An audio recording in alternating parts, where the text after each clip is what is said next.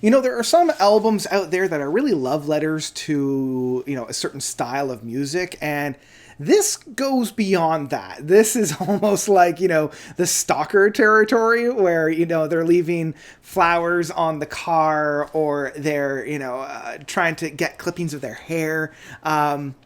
Yeah, I still kind of love it though. Slap on some lipstick, highlight your hair. You're defined by the clothes you wear. Splash on some glitter. Golden Age of Music by Arjen Lucassen's Supersonic Revolution. I think going forward, I'm just going to refer to this as Supersonic Revolution because we all know who Arjen is. He's the brainchild of many different projects. He's got the Star One or One Star project. He released an album on that last year. He did The Gentle Storm with Annika von Hirschenbergen.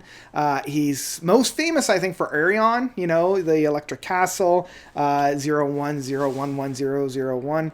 And the Human Equation. My boy has been busy. And we come into his next project, his next iteration with the Golden Age of Music. And this is the debut album. And what kind of sets this apart a little bit from his usual MO, his usual MO being bringing in a lot of different personalities, a lot of different established musicians or artists to help him flesh out the ideas that he's playing around with. Sometimes this is a keyboardist or a guitarist or a singer, kind of like, Andrew Lloyd Webber's Jesus Christ Superstar, where you had all these different singers come on to the single project to really help bring about this kind of rock opera. This one is a little different because you don't have that kind of a rotating roster of cast members on this particular piece. This kind of reminds me a little bit more of like The Gentle Storm, where it really was like the playing styles between him and Annika. But in this one, it's kind of the first time we've actually seen a full-fledged band from Arjen outside of, I think, like Enter the New Real, which was more of like his own solo project where it was just him. But yeah, this is like a full-on band. It's 5 guys, including Arjen on bass. We have the keyboardist of Juice van der Bork, I believe is how you pronounce his name. I'm going to butcher all these names, and you guys already know this. Guitarist of Timo Sommers, drummer of Keon Hurst, and singer Joyce Kubister. I think is how you Kubister. I think that's a soft J. And so it's the 5 of them really playing homage and, man, like I said at the very beginning, like crafting the biggest love letter you could possibly write to the big rock, big sounds of the 70s. 70s going into the 80s, going a little bit back into the 60s, channeling everything from the big rocker styles of, say, a Deep Purple, specifically with the Hammond B organ, so prevalently played by Juiced, double O there. He's definitely channeling the John Lord for sure. But even going into like the Thin Lizzies, the Twisted Sister, the big glam rock, and that's definitely seen on the second track of the Glam Attack. I'm getting a little bit ahead of myself, but like I feel like that big machismo style of rock music, the Alice Coopers, the Twisted Sisters, Deep Purples, that big style of rock music. Most of the songs on this record kind of lean forward into that. You've got the usual songwriting ship of Arjen, and Arjen really is a modern day genius when it comes to this style of music. He knows exactly the style of music that he wants to lay down, and he executes it just stellarly. The production side on this album is dripping in gold. I'm loving so many of the different soundscapes that we have on here. I can hear everybody crystal clear. After listening to a number of more independent, more, young bands that are still kind of getting their feet wet in terms of the mixing and the production side of work, man, it was such a breath of fresh air to hear something so cleanly polished and mixed on this record. It gave my ears something very, very lovely to just sink its teeth into. So the music that's found on this, to say that this is one note is kind of underselling it a little bit. This is a very singular sounding album, and the tracks themselves don't really deviate too much from the mean. But when the songs are this much fun, when the songs are this level of cheesiness and they know exactly what they're trying to do, and they're not really trying to step outside the mold all that much, I can forgive it for being very singular, very one note in their production side of things, of their soundscapes. For a lot of different listeners, I feel like this might be a little monosyllabic in that sense. You know, it's very monochromatic. Doesn't really deviate too much. Once you've heard the first 3 tracks, you've essentially heard the entire album. But, you know, for those that love this style of music, like I know a lot of different people that are just going to eat this thing up like candy. You know, like I'm listening to this and I'm like, yeah, this is something that my dad would put on and be like, this is real music. This is what you kids don't understand about music, which is kind of funny because, you know, the last track on the proper album itself of Came to Mock, Stayed to Rock kind of pushes against that. But I will say that most of the tracks on here do kind of, you know, again, go back to the 70s style of rock music in terms of its lyrics being, you know, how much it shaped them. So I get it. You know, the Glam Attack is very much like the big hair 80s metal kind of essence. And I do, listening to it, I'm like, wow, the cultural climate south of the border, because, you know, I'm a Canadian here, and specifically in some of the more southern, shall we call them red states, it'd be very interesting to have them listen to it, because, I mean, they're basically just talking about the glam rock, you know, but with certain laws that are getting passed, they wouldn't be able to play this. You know, it's like, well, men, you know, the pearl clutching individuals be like, the men can't wear makeup, they can't wear suede, think of the children. It's like, screw you guys, we're gonna wear what we want. You know, it's like, this is what we want, this is who we are.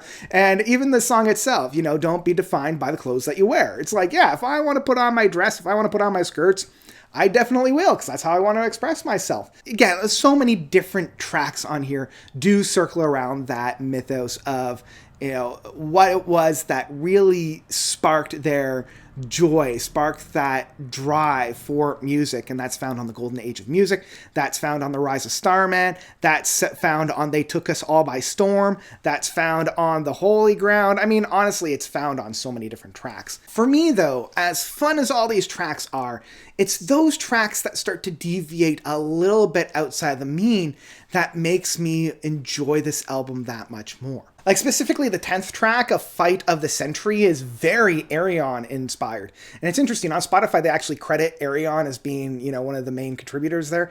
Even though, I don't, that's an interesting take. But yeah, you're definitely hearing that Arion synth sounds that we got really a lot in the earlier albums.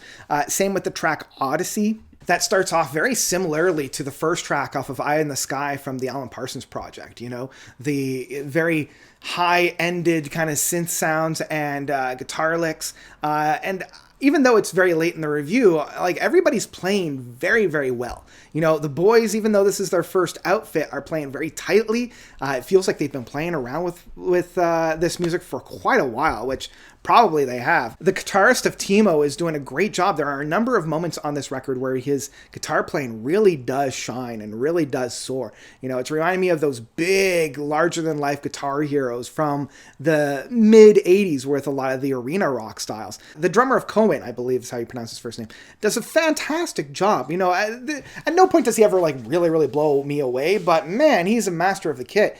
And that singer of JC, I think it is.